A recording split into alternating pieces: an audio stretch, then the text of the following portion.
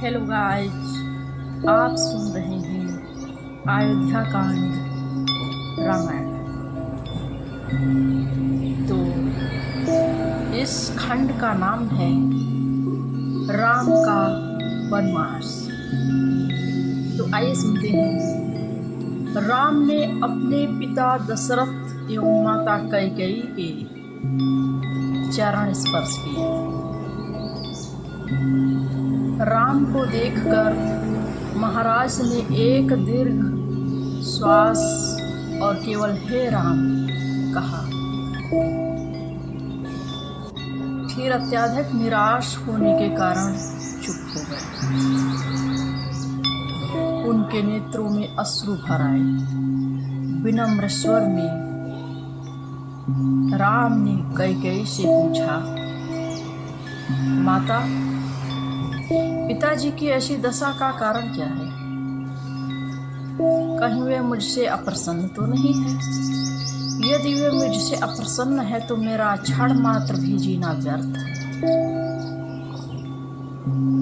कैकेयी बोली, वत्स, महाराज तुमसे अप्रसन्न तो हो ही नहीं सकते, किंतु इनके हृदय में एक विचार आया है कि तुम्हारे विरुद्ध है, इसलिए तुमसे संकोचवश कह नहीं पा रहे।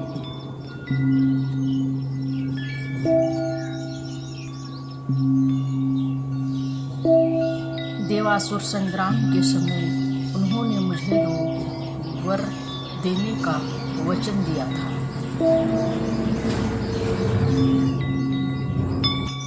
अवसर पाकर आज मैंने इनसे वे दोनों वर मांग लिया है। अब तुम्हारे पिता को अपनी प्रतिज्ञा का निर्वाह करने के लिए तुम्हारी सहायता की आवश्यकता है। यदि तुम प्रतिज्ञा करोगे कि जो कुछ मैं कहूँगी उसका तुम अवश्य पालन करोगे, तो मैं उन्हें उन वरदानों से अवगत करा सकती हूँ। राम बोले, हे माता, पिता की आज्ञा से मैं अपने प्राणों की आहुति भी दे सकता हूँ। मैं आपके चरणों की सौगंध खाकर प्रतिज्ञा करता हूँ कि आपके वचनों का अवश्य पालन करूँगा। राम की प्रतिज्ञा से संतुष्ट होकर कैकेयी ने कहा, वत्स, मैंने पहले वर्ष से भरत के लिए अयोध्या का राज्य और दूसरे से तुम्हारे लिए 14 वर्ष का वनवास मांगा है।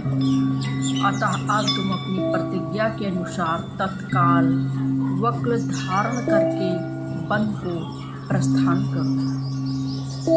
तुम्हारे मोह के कारण ही महाराज दुखी हो रहे हैं, इसलिए तुम्हारे वन को प्रस्थान के पश्चात ही भारत का राज्याभिषेक होगा। मुझे पूर्ण विश्वास है कि तुम अपनी प्रतिज्ञा का पालन करके अपने पिता को पाप रूपी सागर से अवश्य मुक्ति दिला पाओगे।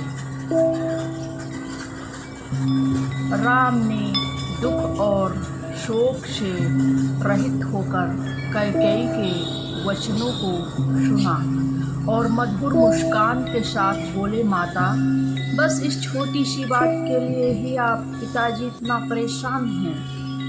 मैं तत्काल वन को चला जाता हूँ, यही मेरी शक्ति प्रतिज्ञा है।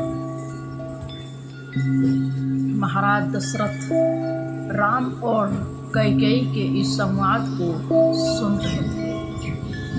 महाराज दशरथ राम और कैकेयी के इस संवाद को सुन रहे थे। इसे सुनकर वे एक बार फिर मूर्छित हो गए। राम ने मूर्छित पिता और कैकेयी के चरणों में मस्तक नवाया और चुपचाप उस प्रकोष्ठ से बाहर चले गए। तो गाइस, ये रहा,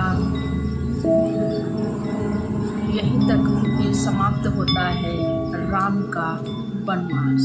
और अगला एपिसोड सुनने के लिए सुनते रहिए अयोध्या कांड।